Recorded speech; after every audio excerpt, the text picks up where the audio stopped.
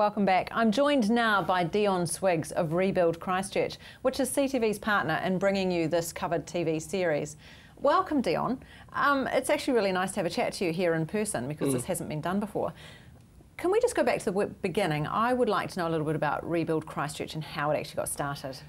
So, back in 2010, obviously, 4th of September, we had the earthquake. I put a couple of articles on my own website about what I'd experienced. And because I had quite a large following of people from my real estate career when I was doing that, I had a lot of questions from people about what was going on. So I set up this independent website, Rebuild Christchurch, on the 6th of September 2010, which was my birthday. I was just sitting there and I was like, what can I do?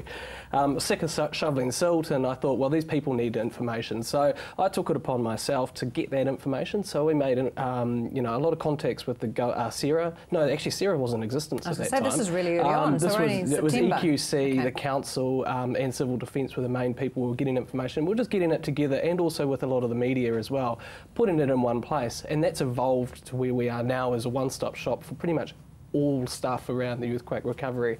And we're an independent source, so we are not the authority, but the voice and ears of Christchurch is our tagline. We want people to engage in the recovery, so we've got an open source platform. Anybody can engage with it. Anybody can make a profile, post what they want to do. We've got businesses, independent people, not-for-profits, the government, the media, all coming into one place, and we're always continuously looking towards that. It really accelerated after the February earthquake, obviously, because we already had a lot of those relationships already set up, and then obviously when Sarah came in, they kind of tried to take over what we were doing, and they set up their own independent stuff as well to try and do what we were doing, but it never took off because we already had a lot of those relationships and that traffic and that driven, and being completely independent, it had that trust value of people, and you have to engage people in recovery, and that's the one thing I have learnt over the last few years anyway. Is it still independent? Yes. It is? Yes. Okay. Very much so. Yeah. Well, I think that's a really important thing to get out there, actually. And also, I'd like to know, is it still fulfilling the original aim? So when you sat there on the 6th of September, so 4 years ago, is it still doing what you were hoping to achieve? It's evolved a lot, and it evolves. Recovery is quite evolves over time, and over the last few years, I've done a lot of research about recovery in different environments and stuff like that. When I first set it up on the 6th of September, initially I was thinking, well, there wasn't actually a lot of damage in earthquake in the city and stuff like that, but I was thinking, let's have a place where we can look about, what has happened, and look at that's why I called it Rebuild Christchurch, because I thought, well, there's a bit of hope here, and especially when I was in the military, I did a lot of disaster communications and around sort of warfare and things like that. So, and I learned about those things. So I thought, well, we need hope to look forward, and that's what I thought. And then all of a sudden, the February earthquake happened. We fell into the place of telling the story and getting that information out to people. Get everything that people need out to the audience. And then that evolved, and that wasn't initially what we wanted to do. And now we're just setting up, and where we're at right now, we're changing to look at the future. So if you look at our logo, it's Rebuild the Future Christchurch. So we're looking towards what's going to happen and actually telling the story about not just the glossy, this is an amazing thing that's going on, this big project, but the people story and everything else around that as well. So it's a really, it's a very big website. I think there's about 60,000 pages of information on there now. There is a lot of information. When you go to that website, you can dive off in a lot of different directions to find the information that you're after. Tell me, based on where we are at the moment, what is the most striking part of it for you? In terms of the recovery where we're at, there's a disconnect. If I'm really, why we set this series up is the disconnect between the people that understand what's going on and the people that don't understand what's going on. Now, I've been working in the insurance industry for 6 months just to try and help Southern Response out with some of their communications things, and I've learnt over that time, and also been a trustee on the advocacy service set up with the funding from the council, having all these different perspectives of what's going on. I've seen that it's not the people's fault for not understanding, and what a lot of times the organisations can find or do is that they think everybody will understand what they're trying to do, but people can't fill the gaps. They need to go back a number of steps, and they need the handheld in some cases. And we've got a city of two halves. We've got that is a reality. You've got the West, which is relatively intact. They've got most of the EQC repairs done on their houses and they're getting back to work as usual. You've got a central city which is, in a state of flux at the moment, and then you've got the east, which is, road works all over the place. People are really highly stressed, and when you're highly stressed, you can't comprehend what's going on. So we need to take a step back and actually go A, B, C for a lot of people, and hopefully this is what the series is actually trying to help people do.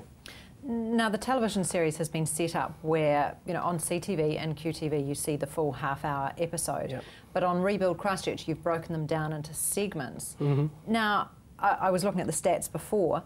We've had over 60,000 hits on these segments via the websites. Why has it become, why? That to me seems a phenomenal amount. Yeah, so what I've been doing is working. When we get those segments, I wanted to break them up so they're nice bite-sized information pieces. And I've been working behind the scenes to get the information in front of people. So through different, channels and using a bit of, software and things like that, we can see when people are on the internet and looking for stuff, and I can go, well, we need to channel some advertising potentially into that to put it in front of people. So I'm spending, some of the, our money to make that happen, to get it in front of people so that people know about it. Otherwise, people won't know about it, they won't see it. And there is more to do. We could actually get a lot more engagement as well. So we're always continuously fine-tuning how we get this message out to people so that they can see it, and then knowing that all the information is on the website, in those bite-sized chunks, people can go back and have a look at it. I suppose targeting that information to who it's relevant for Yes, is exactly. a key to it as well. And being able to do that efficiently, you're searching on the internet, you want to find your answers as efficiently and as quickly as you need, as you can. Tell me, looking back in hindsight, what would you have done differently? What do you think?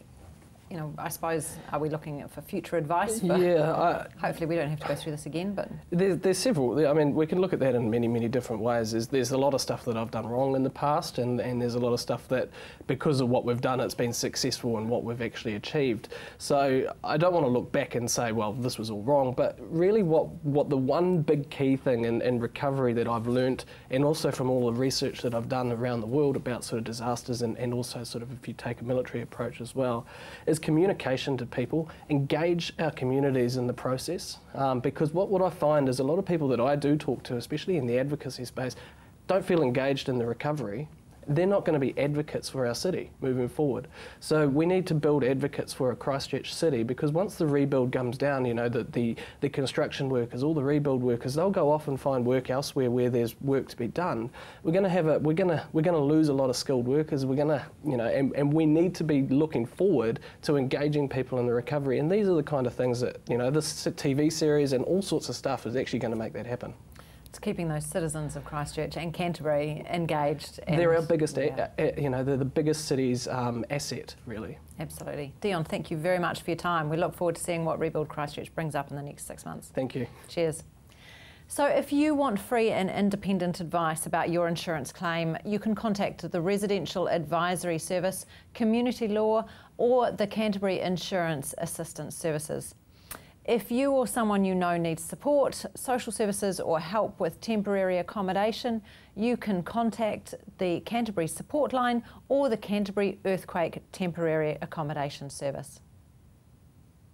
And of course, keep an eye on that Rebuild Christchurch website as well. There's an awful lot of information there. You can drill down and find out exactly what you need. And of course, there are always these covered episodes as well. Join us next week when right here on Covered, we're going to be taking a closer look at the complex shared properties issue. We're going to debate the thorny issue of what's meant by as new, and we'll be advising you on how to work with your builder. We've got some great advice coming up next week. Join us then.